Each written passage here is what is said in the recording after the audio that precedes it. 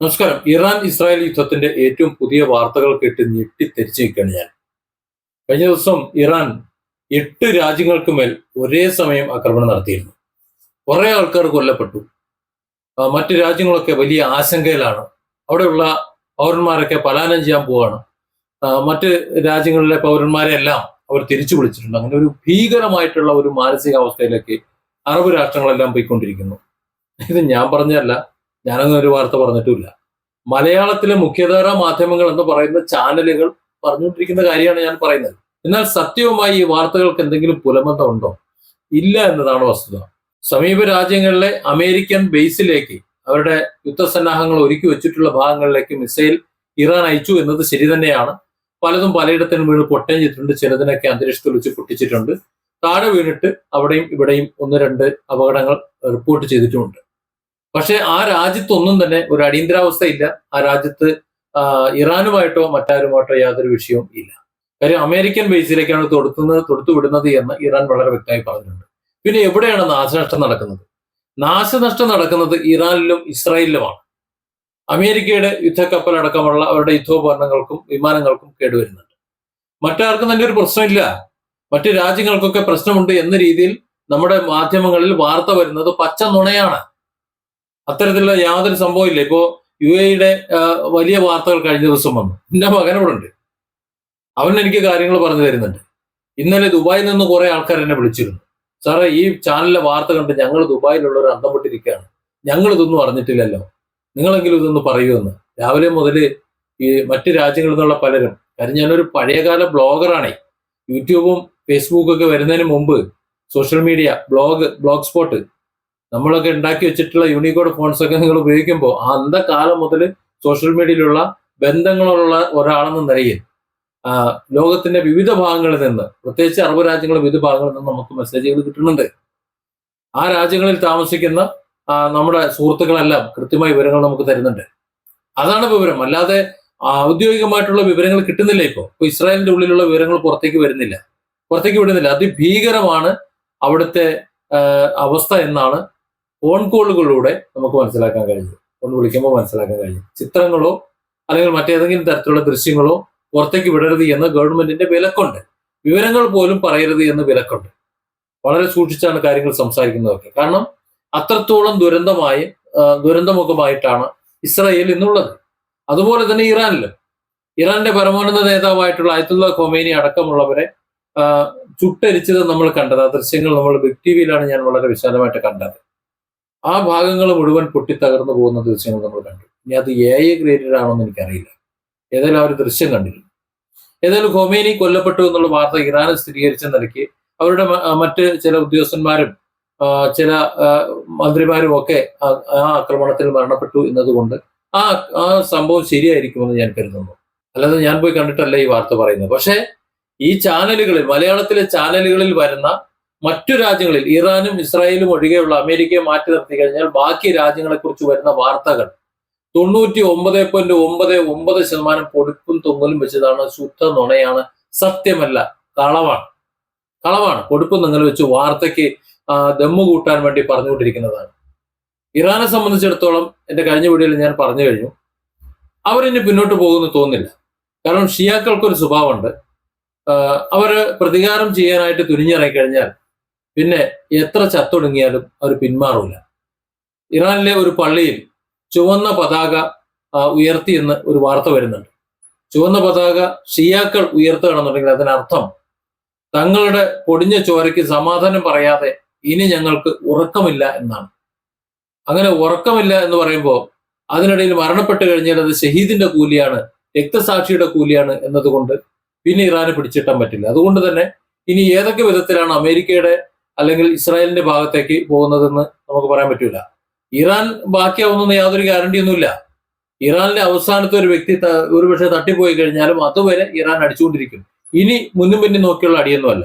അതുകൊണ്ടാണ് ഒമാനിലേക്ക് കൂടി ഒരു മിസൈൽ അങ്ങോട്ട് തൊടുത്തു വിട്ടു എന്ന് പറയുന്നത്. ഇനി ആരും മദ്യം പറയേണ്ട സമയം കഴിഞ്ഞു. കാരണം ഞങ്ങളുടെ പരമോന്നത നേതാവ് ആയത്തുള്ള ഖൊമേനി ആയിരുന്നു മദ്യം പറയേണ്ട ആൾ.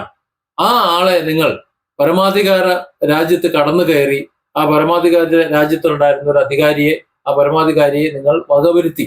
അതിനുള്ള പ്രതികാരം ചോദിച്ചിട്ടല്ലാതെ ഞങ്ങൾ ഇനി നിർത്തില്ല എന്ന് വാശി പിടിക്കുമ്പോൾ ഇനി നിങ്ങൾ മധ്യസ്ഥ പ്രവൃത്തിക്ക് വരണ്ട എന്നാണ് ഇറാൻ പറയുന്നത്. അതിന് നമുക്ക് അവർ കുറ്റം പറയാൻ പറ്റും. ശരിക്കും നമ്മുടെ മാധ്യമങ്ങൾക്ക് പറ്റുമെന്നുണ്ടെങ്കിൽ ഇസ്രായേലിലെയും ഇറാനിലെയും യഥാർത്ഥ വാർത്തകളായിരുന്നു പുറത്തുവിടേണ്ടിയത്. ഇറാനിലെ വാർത്തകൾ പിന്നും കുറച്ചൊക്കെ പുറത്തു വരുന്നുണ്ട്, പക്ഷെ ഇസ്രായേലിലെ വാർത്ത തീരെ വരുന്നില്ല.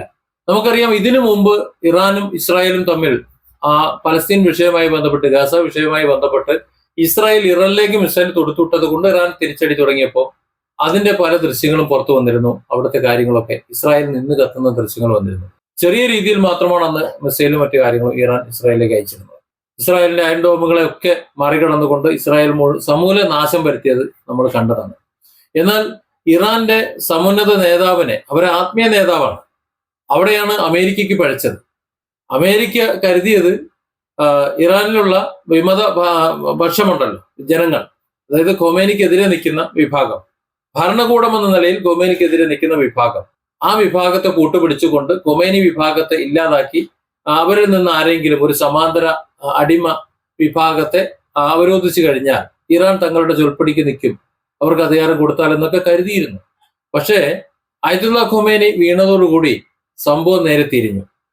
അമേരിക്ക മനസവാച കർമ്മണ ചിന്തിച്ചതുപോലെയല്ല, അല്ലെങ്കിൽ ഇസ്രായേൽ ചിന്തിച്ചതുപോലെയല്ല കാര്യങ്ങളുടെ പോക്ക് പോയത്. അയതുല്ല ഖൊമേനി മരണപ്പെട്ടതോടുകൂടി കൂടുതൽ ശക്തമാകുന്നതാണ് കണ്ടത്. കാരണം അവരുടെ ആത്മീയ നേതാവ് കൂടിയാണ്, അവരുടെ പണ്ഡിതനും കൂടിയാണ്. ആ ആത്മീയ നേതാവിനെ അവർ ആദരിക്കുന്നത്, ബഹുമാനിക്കുന്നത് അത്രത്തോളം ആദരവോടുകൂടി തന്നെയാണ്. അങ്ങനെയുള്ള ഒരാൾ കൂടി ആയതുകൊണ്ട് അതിനെ ഒരു വൈദേശിക ശക്തി ഇല്ലാതാക്കുമ്പോൾ, കൊന്നുകളയുമ്പോൾ സ്വാഭാവികമായിട്ടും ഇറാനിലെ ജനങ്ങളെല്ലാം ഒരുമിച്ച് നിൽക്കുന്നു. അതാണ് ഇപ്പൊ കണ്ടത്. അതായത് അവർ തമ്മിൽ ഒരു ഭിന്നത ഉണ്ടായിരുന്നു, ആ ഭിന്നത പോയി. ഇറാനിലുള്ള നമ്മുടെ സുഹൃത്തുക്കളുമായി സംസാരിക്കുമ്പോൾ നമുക്ക് അറിയാൻ കഴിയുന്ന വിവരം, രണ്ട് വിഭാഗമായിട്ട് നേരത്തെ ഫൈറ്റ് ചെയ്യുന്ന ഒരു പരിപാടി ഉണ്ടായിരുന്നു. ആ ഫൈറ്റൊക്കെ നിന്നു. ഇപ്പോ എല്ലാവരും ഖൊമേനി, അവരുടെ ആത്മീയ ഗുരുവിനെ വധിച്ചവർ ആരാന്നെങ്കിലും അവരുടെ ചോര കണ്ടല്ലാതെ, അവരുടെ കുഴിമാടം കെട്ടിപ്പൊന്തിച്ചല്ലാതെ തന്നെ വിശ്രമിക്കേണ്ട എന്ന് അവിടുത്തെ ജനങ്ങൾ തീരുമാനിച്ചപ്പോൾ സംഗതി പെട്ടുപോയത് അമേരിക്കയും ഇസ്രായേലുമാണ്. അവർക്ക് യുദ്ധം നിർത്താൻ പറ്റുന്നില്ല. ഖൊമേനി ആയിരുന്നു അവരുടെ മുന്നിലെ തടസ്സം എന്ന് പറയുന്നത്. ഖൊമേനിയെ തകർത്ത് കഴിഞ്ഞാൽ യുദ്ധം നിർത്താം, അതായിരുന്നു ചിന്ത. അങ്ങനെയാണെങ്കിൽ ഇപ്പൊ യുദ്ധം നിർത്താൻ പറ്റണ്ടേ? പക്ഷെ നിർത്താൻ പറ്റുന്നില്ല. കാര്യം ഇറാൻ നിർത്തുന്നില്ല. ഏതൊക്കെ വിധത്തിൽ ഭ്രാന്ത് പിടിച്ചെന്നോണം എന്തൊക്കെ എങ്ങോട്ടൊക്കെ ഇടാൻ ഇട്ടുകൊണ്ടിരിക്കുകയാണ്. അതായത് ഇസ്രായേലിലേക്ക് അമ്മാതിരി മിസൈലുകളാണ് വന്നുകൊണ്ടിരിക്കുന്നത്. അമേരിക്കന്റെ പടക്കപ്പലിലേക്ക് മിസൈൽ വന്ന് പതിച്ചു എന്നുള്ള വാർത്ത വരുന്നുണ്ട്. പക്ഷെ എനിക്ക് ആ വാർത്ത സ്ഥിരീകരിക്കാൻ കഴിഞ്ഞിട്ടില്ല. അതിന് മാധ്യമ സൃഷ്ടിയാണോ എന്നൊന്നും അറിയില്ല. ഇറാന്റേതായിട്ടുള്ള ചില സോഷ്യൽ മീഡിയ സൈറ്റുകളിൽ അത്തരത്തിലുള്ള വാർത്തകൾ കാണുന്നുണ്ട്. പക്ഷെ അമേരിക്ക അത് സമ്മതിച്ചിട്ടില്ല, സമ്മതിക്കുമെന്ന് തോന്നുന്നുമില്ല. ഏതായാലും അത്തരത്തിലൊരു സംഭവം നടന്നിട്ടുണ്ടെങ്കിൽ ട്രംപിന് അമേരിക്കയിൽ മര്യാദയ്ക്ക് ഇരിക്കാൻ പറ്റില്ല എന്നതും കൂടെ മനസ്സിലാക്കണം. അതായത് അമേരിക്കയും ഇസ്രായേലും വിചാരിച്ചതുപോലെ കാര്യങ്ങൾ നടക്കുന്നില്ല, അവർ ഉദ്ദേശിച്ച ലെവലിൽ കാര്യങ്ങൾ പോകുന്നില്ല. ഇതെങ്ങനെയെങ്കിലും യുദ്ധം അവസാനിപ്പിച്ചാൽ മതി ഇപ്പോൾ അവർക്ക് രണ്ടുപേർക്കും. പക്ഷെ അതിന് നടക്കുന്നു തോന്നുന്നില്ല. അറേബ്യൻ മണ്ണ് ഒന്നാകെ ഇളകി തരിച്ചു നിൽക്കുകയാണ്. അതുകൊണ്ട് തന്നെ ഇനി ഇറാനെ പിടിച്ചു കെട്ടുക എന്ന് പറഞ്ഞാൽ പറ്റില്ല എന്നാണ് എനിക്ക് തോന്നുന്നത്. പക്ഷെ അതിന്റെ പേരിൽ ഇറാനും ഇസ്രായേലും അമേരിക്കയും തമ്മിൽ നടക്കുന്ന ആ ഒരു ഭാഗത്തെ സംഘർഷം ഒഴിവാക്കി വെച്ചാൽ ബാക്കിയുള്ള രാജ്യങ്ങളിലൊക്കെ എന്തോ ആകാശം ഇടിഞ്ഞു വീഴുന്നു എന്ന രീതിയിൽ വാർത്തകൾ വരുന്നുണ്ട്. ആ വാർത്തകളൊക്കെ തികച്ചും അടിസ്ഥാനരഹിതമാണ്. ജനങ്ങളെ ആശങ്കയിൽ നിർത്തിക്കൊണ്ട് കൂടുതൽ റീച്ച് ഉണ്ടാക്കാൻ വേണ്ടി മാത്രമേ ഉപയോഗിക്കൂ. പ്രത്യേകിച്ച് മലയാളത്തിലുള്ള വാർത്തകൾ ഇവിടെ നിന്ന് ഇങ്ങനെ പറയുമ്പോൾ ഈ രാജ്യങ്ങളിലുള്ള മലയാളികൾ കൂടുതലും ആ ചാനലുകളിലെ വാർത്ത കാണും. അതുകൊണ്ടാണ് പച്ചയ്ക്ക് തന്നെ ഇങ്ങനെ പറയുന്നത്. ദുബായ് അടക്കം, അബുദാബി അടക്കമുള്ള, അല്ലെങ്കിൽ ഖത്തർ, സൗദി അറേബ്യ അടക്കമുള്ള മറ്റ് പരിസര രാജ്യങ്ങളിലൊന്നും തന്നെ യാതൊരു പ്രശ്നവുമില്ല. അവർക്ക് ഇറാനുമായി യാതൊരു പ്രശ്നമില്ല. ഇറാൻ അവരെ അടിക്കുന്നുമില്ല, അങ്ങനെ യാതൊന്നും ചെയ്യുന്നില്ല. ഇവിടെയൊക്കെ ബേസുകളിലേക്ക് 1-2 മെസ്സേജുകൾ കൊടുത്തു വിട്ടിട്ടുണ്ട്. പക്ഷെ ആ ബേസുകളിൽ നിന്ന് ഇറാനെ യുദ്ധം ചെയ്യാൻ അവർക്ക് കഴിയത്തുമില്ല. അവർ തമ്മിലുള്ള കരാർ അങ്ങനെയാണ്. ഈ അമേരിക്കൻ ബേസുകൾ ഉണ്ട് എന്നുണ്ടെങ്കിലും ആ അമേരിക്കൻ ബേസുകളിൽ നിന്നുകൊണ്ട് പരിസരത്തുള്ള മറ്റു രാജ്യത്തെ ആക്രമിക്കാൻ ഈ ബേസ് അനുവദിച്ചു കൊടുത്തിട്ടുള്ള രാജ്യത്തുമായിട്ടുള്ള കരാർ അനുവദിക്കുന്നില്ല. അവിടെ നിന്നുകൊണ്ട് ഇപ്പൊ സൗദി അറേബ്യയിലുള്ള അമേരിക്കൻ ബേസിൽ നിന്ന്, അല്ലെങ്കിൽ ഖത്തറിലുള്ള അമേരിക്കൻ ബേസിൽ നിന്ന് ഒരു കാരണവശാലും ഇറാനെ ആക്രമിക്കാൻ കഴിയില്ല. ആ കരാലംഘനം അമേരിക്ക പോലും നടത്തില്ല എന്നിരിക്കെ അത് അറിഞ്ഞുകൊണ്ട് തന്നെയാണ് ഇറാൻ ഈ അമേരിക്കൻ ബേസുകളിലേക്ക്, മറ്റു രാജ്യങ്ങളുടെ ബേസുകളിലേക്ക് 1-2 മിസൈൽ വീതം ഇട്ടുകൊണ്ടിരിക്കുന്നത്. അതല്ലാതെ മറ്റു കാര്യങ്ങളും അവിടെ നടക്കുന്നില്ല. അവിടുത്തെ സിവിലിയൻസിന് കുഴപ്പമില്ല, മറ്റു ആളപായങ്ങളില്ല, യാത്രകളെല്ലാം പഴയതുപോലെ തന്നെ നടക്കുന്നുണ്ട്. എല്ലാം പഴയതുപോലെ നടക്കുന്നുണ്ട്. പിന്നെ എയർബേസിന്റെ കാര്യം നമുക്കറിയാമല്ലോ. മിസൈലുകൾ ചീറിപ്പായുമ്പോൾ സ്വാഭാവികമായിട്ടും എയർബേസിൽ ചില നിയന്ത്രണങ്ങളൊക്കെ വരും. ആ നിയന്ത്രണങ്ങളല്ലാതെ അതിനപ്പുറത്തേക്കൊന്നുമില്ല. പേടിക്കേണ്ട കാര്യങ്ങൾ യാതൊന്നും ഇല്ല എന്നാണ് പ്രസ്തുത രാജ്യങ്ങളിലുള്ള നമ്മുടെ സുഹൃത്തുക്കൾ പറഞ്ഞത്. അതേസമയം ഇറാനിൽ സ്ഥിതിഗതികൾ വഷളാണ്. പിടിച്ചു നിൽക്കാൻ വേണ്ടി ഇസ്രായേൽ പരമാവധി ഇങ്ങോട്ട് വിട്ടുകൊടുക്കുന്നുണ്ട്. അതിന് അമേരിക്ക സപ്പോർട്ടുണ്ട്. അതേസമയം തന്നെ ഇറാൻ തന്റെ പഠിച്ച പണി 18 അങ്ങോട്ട് പയറ്റുന്നുണ്ട്. ഈ ഇറാന് കണ്ണുമൂട്ടിയുള്ള ഈ തിരിച്ചടിയിൽ ഇസ്രായേൽ കുറച്ചെങ്കിലും ബാക്കി ഉണ്ടാകണമെന്ന് മാത്രമാണ് ഞാൻ പ്രാർത്ഥിക്കുന്നത്. കാരണം അവിടെയും ഉണ്ട് കുറെ സാധാരണക്കാരായ ജനങ്ങൾ. ഈ രാഷ്ട്രീയ നേതാക്കന്മാർക്കും ഭരണാധികാരികൾക്കും തമ്മിൽ ഇങ്ങനെ അടിച്ചാൽ മതി. അവിടുത്തെ സാധുക്കളാണല്ലോ ഇതിന്റെ ദുരന്ത ഫലങ്ങൾ മുഴുവൻ അനുഭവിക്കുന്നത്. Different angles. Don't forget to subscribe and support this channel.